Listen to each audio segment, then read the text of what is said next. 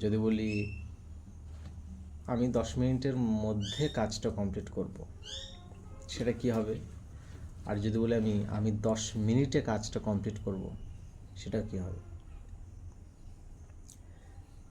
10 মিনিটে কাজটা কমপ্লিট করব, এটা হবে I will complete the work in 10 minutes. আর 10 মিনিটের মধ্যে কমপ্লিট করব, এটা হবে I will complete the work within 10 minutes. এটা হচ্ছে ইন আর উইদিনের difference. I will complete the work in 10 minutes মানে এই কাজটা কমপ্লিট করতে আমার 10 মিনিট লাগবে, 10 মিনিট পুরোটা লাগবে, 10 মিনিটের শেষে আমার কাজটা কমপ্লিট হবে। কিন্তু যখন বলছি I will complete the work within 10 minutes মানে 10 মিনিটের মধ্যে যে কোনো সময় হয়ে যেতে পারে। মানে 10 মিনিট আমি তোমাকে টাইমটা দিয়ে রাখলাম, তবে কাজটা আমি কমপ্লিট করতে পারি 1 মিনিটের মধ্যে হয়ে যেতে পারে, 1 সেকেন্ডও হয়ে যেতে পারে কাজটা, কিন্তু আমি টাইমটা দিয়ে রেখেছি 10 মিনিট। সিমিলারলি মানে একটা সময়ের মধ্যে যেমন হচ্ছে, এমনকি জায়গার মধ্যেও ইন আর উইদিনের ডিফারেন্স আছে। যেমন আমি ভারতে বাস করি, আই লিভ ইন ইন্ডিয়া।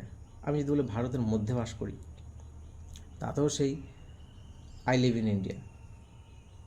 কিন্তু যদি বলি আমরা এই বৃত্তটার মধ্যে বাস করি, সার্কেলের মধ্যে, কোনো একটা নির্দিষ্ট বৃত্ত আমি আঁকলাম, ফিজিক্যালি আঁকলাম, এরকম চক দিয়ে একটা আমি বাড়ির উঠোনে বৃত্ত আঁকলাম, সেটা হতে পারে, বা আমার কল্পনায় একটা বৃত্ত আঁকলাম, তাই তো, বড় করে, তার মধ্যে আমরা বাস করি।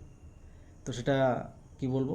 উই লিভ ইন না বলে we live within this circle, we live within this circle, বা বললাম যে স্টে উইদিন দ্য সার্কেল, মানে এটা ঘিরে দিচ্ছি, ঘেরার মধ্যে।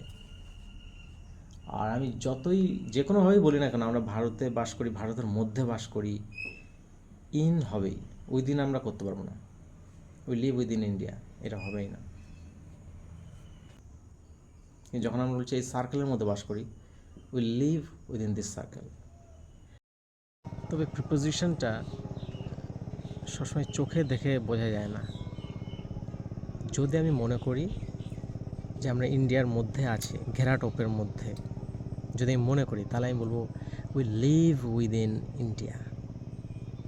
জাস্ট ভাবতে হবে।